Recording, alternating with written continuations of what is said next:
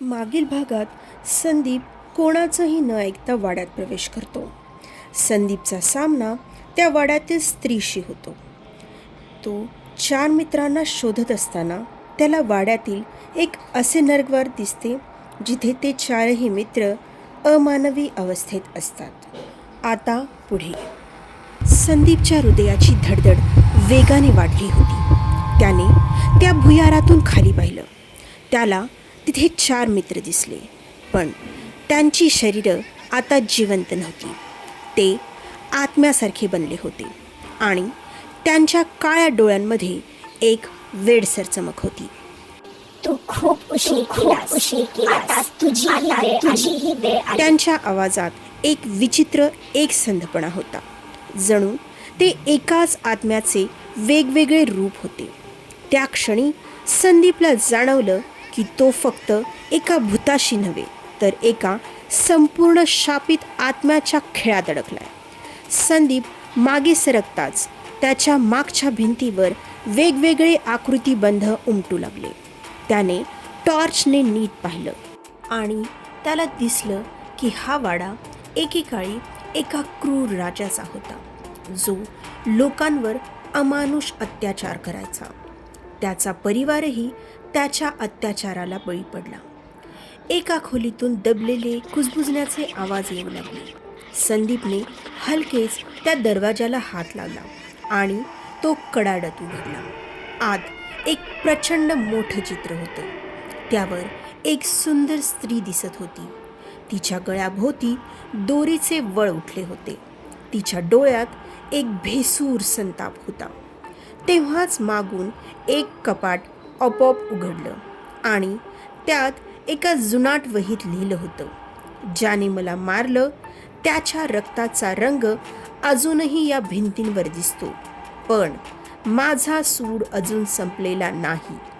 संदीपने त्या वहीत पुढे वाचलं आणि त्याला समजलं की तो वाडा ज्या स्त्रीच्या आत्म्याने शापित झाला होता ती कोणी साधी स्त्री नव्हती.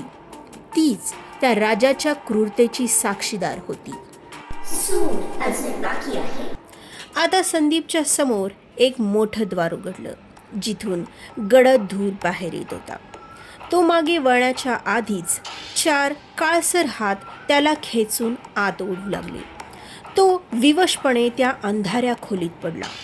समोर तीच स्त्री उभी होती. तिच्या चेहऱ्यावर वेडसर हसू होतं आणि तिच्या हातात एक गंजलेला कोयता होता.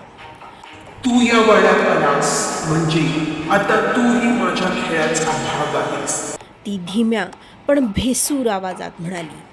तेवढ्यात भिंतींवरून रक्त वाहू लागलं आणि जमिनीखालून वेडसर किंकाळ्यांचे आवाज येऊ लागले. संदीपचा जीव टांगलीला लागला. संदीपने वेड्यासारखा पळण्याचा प्रयत्न केला, पण तो एका अज्ञात शक्तीने जागेवरच गोठल्यासारखा झाला. त्याच्या डोळ्यासमोर तीच स्त्री उभी होती. डोळे रक्तासारखे लाल, हातात गंजलेला कोयता आणि चेहऱ्यावर एक वेडसर हसू. तू माझ्या भाग झाला, आता तुझा न्याय. तिचा आवाज खोलीभर घुमला. तेव्हाच जमिनीखालून एक भयान आवाज आला.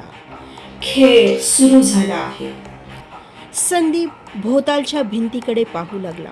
अचानक त्या भिंती हलायला लागल्या आणि त्यांच्यावर भयंकर आकृत्या दिसू लागल्या. 4 मित्रांचे विरलेले चेहरे, त्यांचे रक्तबंबाळ हात आणि एका कोपऱ्यात जखमी राजा, जो वेडसर हसत होता. राजाच्या आत्म्याचा आवाज गुंजला. आता संदीपला कळून चुकलं होतं, हा फक्त एका आत्म्याचा सूड नव्हता, तर एका संपूर्ण रक्तलांछित इतिहासाचा खेळ होता. मृत्यूपासून पळायचा एकच मार्ग होता. संदीपने डोळे मिटले आणि स्वतःला शांत करण्याचा प्रयत्न केला. त्याला काहीतरी वेगळं जाणवलं. त्या स्त्रीच्या आत्म्यात एक पीडा होती, एक अधुरा सूड होता. जर मी तिला न्याय दिला तर?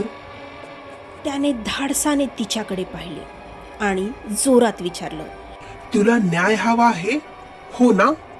स्त्री थोडीशी थांबली. तिच्या डोळ्यात एक क्षणभर वेगळी चमक उमटली. हो, पण तो न्याय मला रक्तात हवा. आता संदीप समजून गेला की त्याला फक्त पळून चालणार नाही. त्याने ते जुने कपाट उघडले जिथे ती गूढ पोती होती. त्यात लिहिलं होतं, शेवटच्या खेळात सत्याची कबुली हीच सुटकेची गुरुकिल्ली आहे. संदीपने मोठ्याने घोषणा केली. मी या वाड्यात फक्त सत्य शोधण्यासाठी आलो होतो, तुझ्या मृत्यूमागचं खरं कारण समजून घेण्यासाठी. त्या शब्दांमुळे अचानक वाड्यातील सर्व भिंती हादरल्या. स्त्रीच्या आत्म्याने तीव्र किंकाळी दिली आणि ती जमिनीत गडप होऊ लागली. अचानक संदीपला जोरदार प्रकाश दिसला आणि त्याने डोळे बंद केले. काही क्षणातच तो वाड्याच्या बाहेर होता. सगळं शांत होतं. वाडा आता राखेत बदलला होता. हा खेळ संपला का, त्याने विचार केला. पण त्याच्या कानात हळूच एक कुजबुज ऐकू आली. हा फक्त पहिला खेळ होता, आता खरी कथा सुरू होईल. संदीप या सापळ्यातून सुटू शकेल का, की तोही त्या वाड्याच्या शापाचा एक भाग होईल? संदीपचा शेवट की सुटका, हे जाणून घेण्यासाठी ऐकत रहा वाडा, जिथे मृत्यू खेळतो.